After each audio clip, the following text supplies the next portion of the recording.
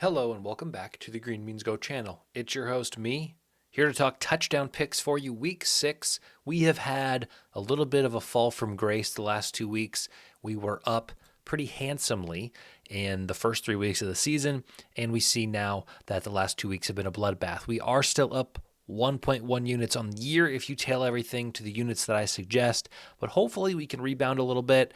Puka Nacua, Michael Pittman, Garrett Wilson, Ladd McConkey, and Kareem Hunt came through for us. Diggs had an absolutely massive game but wasn't able to do it. Montgomery, if you'll remember, we took first and we also took 2. He scored 1, and Marvin Harrison caught one at the 1-yard line. It was originally ruled a touchdown, and then it was taken off. Slayton got pulled in the middle of the game. Kendrick Bourne had an absolute monster game but didn't find the end zone, and Thornton had an absolute monster game but didn't find the end zone. So I'm not beating myself too much at these reads. I feel like we were all over some of these guys in terms of production. They just didn't cross the goal line. I want to give this announcement. I gave it in my NFL picks video today. As I've been reflecting about where I fit into this industry, I need you guys to know that I am not sharp. So I came up with an acronym to help you understand what my role and what my duty is in the sports betting world. I am here to pee, not piss. What that means is I'm here to provide perfection. I mean, I'm an idiot. I am here to provide perspective, the opposite of perfection, education, and entertainment. Perspective, education, and entertainment. I am not here to persuade. I'm not here to impress. I'm not here to sell. I'm not here to skew, lie, cheat, steal, and destroy. None of that. Let's talk ball. We got the game in New York tonight, Thursday Night Football. I like A.J. Brown. This is a narrative play. This is a frustration play. This guy's ticked. They're going to force feed him the ball, I do believe, especially when they're inside the red zone. I got to think, right? Or they'll just do the tush-push every time. 195 on Fanatics. I think I'm also going to play him for the FanDuel jackpot. I can see him scoring the first one, getting it out of the way. And then Theo Johnson, been a hot target of Jackson Dart since Jackson Dart started throwing the ball in the official games. 4-1 over on FanDuel for 0.4 units.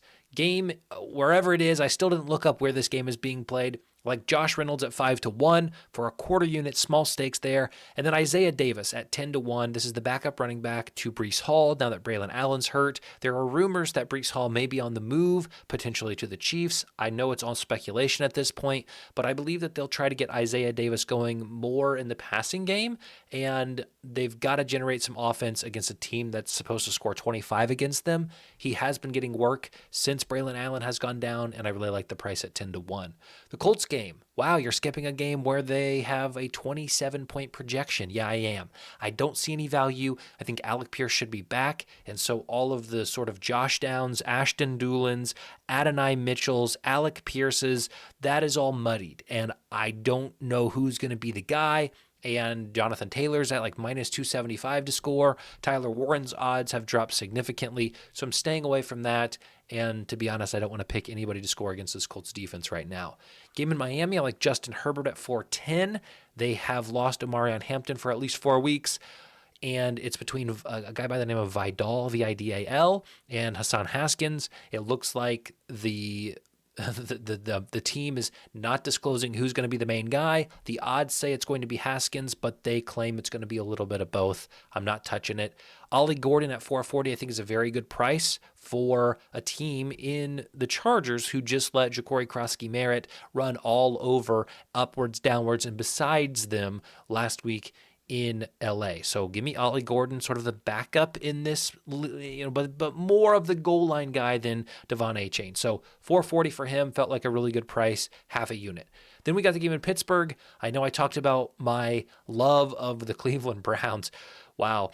This week, and when I look at who was getting the targets last week, it was Isaiah Bond and it was David Njoku. I am floored that David Njoku is sitting at 5-1. I know that Harold Fannin, the other tight end, I don't even call him the backup, just the other tight end, got a touchdown last week. I know he is seeing a lot of targets in the red zone, but I believe there was a certain chemistry built last week with David Njoku and with Dylan Gabriel, and I think this number is drastically off. I think this is closer to a 300. So both of them at 5-1 look really good to me.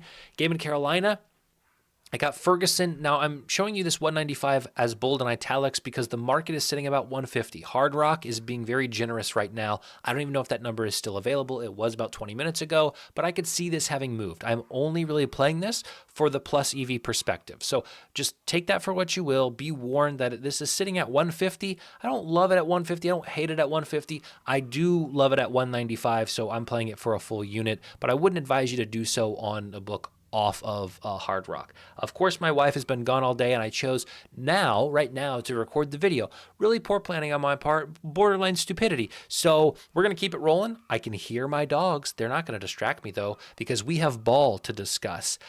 Tetris Tectonic McMillan.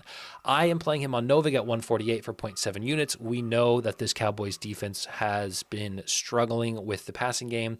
Hunter Renfrow is listed between 500 and 700 on all books. I threw a line out there. Okay, on Novig, the cool thing about Novig is you can set your own prices, and if somebody out there in the world takes the other side, takes the no side, then your bet is live. So I put the odds at 999. There was no market for him out there. It was blank. So I made the price.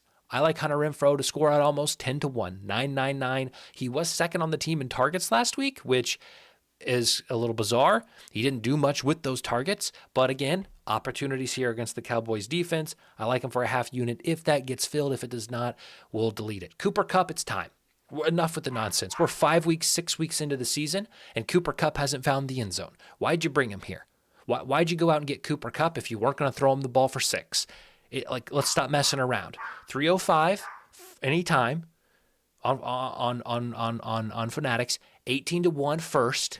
35 to 1-2. Now, I will let you know that Liam Cohen, the coach on the other side of the ball for the Jacksonville Jaguars, was Cooper Kupp's a wide receiver coach in LA when Cooper Kupp was in LA. So there's some lore here. Liam Cohen said that Cooper Kupp is the smartest football player that he has ever coached. He said he almost named his son Cooper because of Cooper Kupp. What's going to pay homage better to your former coach than scoring not 1, not 2, but the first and 2? All the unit recommendations are there. Terrence Ferguson. Need to talk about Terrence Ferguson here. This is the technically, listen to this. This is gonna floor you guys. 4th string tight end for the Rams. Colby Parkinson's been hurt. Tyler Higbee's been hurt. Davis Allen has been sort of unproductive. Terrence Ferguson caught his first NFL pass last week in the Thursday night game. Sean McVay said he was happy to get that to him, and he said he should be used more in the passing game moving forward. Here's the deal. I am only suggesting that you play this on Hard Rock. Anytime touchdown on Hard Rock is 30 to 1. Every other book, it's between 8 and 10 to 1. You're getting triple the odds of every other book. Do I think it's going to hit? It's very unlikely. It's incredibly unlikely, but I love the price. I also am playing his first at 100 to 1. 100 to 1. It's sitting at 30 to 50 to 1. You're getting a double, triple the odds for a full unit on Ferguson. Please only play that on Hard Rock if you're choosing to tail, and just understand that this is somewhat of a handicapping play, somewhat of an EV play. Game in New Orleans, I'm skipping totally. I think it's going to be an ugly, low-scoring game. Game with the Raiders and the Titans, I like Chigo Okonkwo. Hasn't found the end zone yet, I don't believe, and has been getting targets. So let's get it. 6 to 1 feels good. Elik Eomanor, 4 to 1. I like him as well for a half a unit. And then the game in Tampa Bay, I looked at again, and I think that the Niners struggle here, and I didn't like the price of a lot of their wide receivers. And for Tampa Bay, I just I liked Godwin last week, but Baker Mayfield just loves Ibuka. So I'm staying away from there. I don't feel great about that.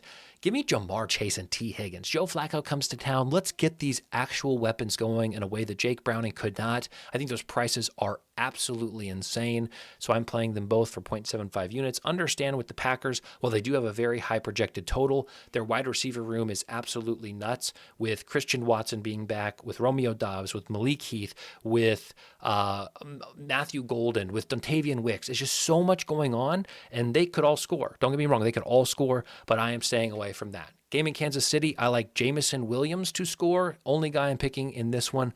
Now, I seeded this myself on Novig plus 260. I am taking Jamison Williams. If it gets filled on the other side, understand that it may very well not get filled, but this is I think an appropriate price for him. It is the best in the market, but the under, it looks good. If somebody's out there to try to find an arb or something. So it's kind of like Hunter Renfroe. We're going to hope it gets filled.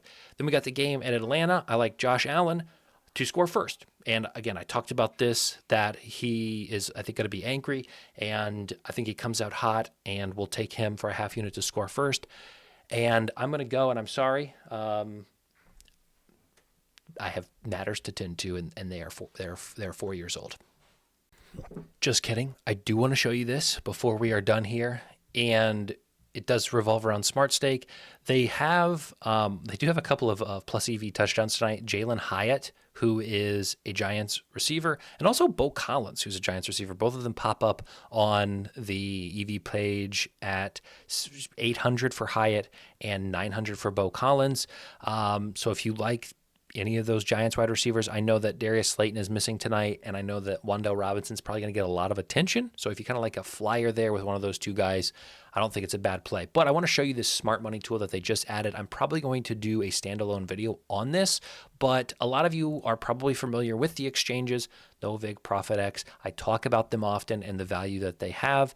There is a understanding in the industry that since those books don't have limits, when a lot of money comes in on a certain line, that is potentially could be sharp money. And again, I want to do a full video breakdown of this, but the idea is when you see $20,000 come in on a play, there is a chance that somebody knows something and they're trying to get it filled on the other side for as much as they can, and it can be seen as a sharp play. So what this is showing here right now is Panthers plus 3.5 has a lot of liquidity on the other side. So I don't want to get into this. The point of this is to tell you that if you go to their Twitter right now, you can get this tool for free. Smart Stake has gone paid, which I know it was bound to happen. We knew that day was going to come. So if you go to Smart Stake, you can see that they have this tweet where they're giving out this tool for free. So if you go here and you follow them, retweet, and add smart, you can get this tool at no cost. So if you're interested in seeing where sharp money is coming in and potentially following those skilled bettors or the bettors who may be informed, you can do so there. So, okay, I'm now going to be done. See you tomorrow.